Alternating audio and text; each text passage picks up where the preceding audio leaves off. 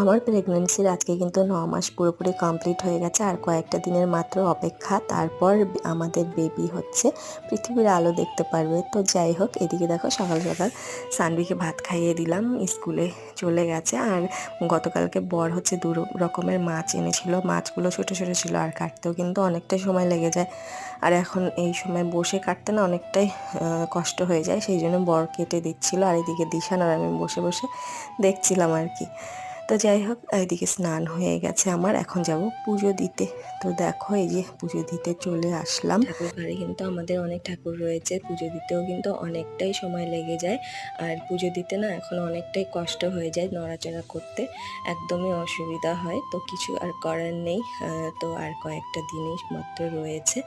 তো যাই হোক, এদিকে আমার পুজো দেওয়া হয়ে গেছে। খাওয়া দাওয়া করার পর দেখো কিছু ফল কেটে নিয়ে এসেছি, আমি আর সানভি খাবো এখন।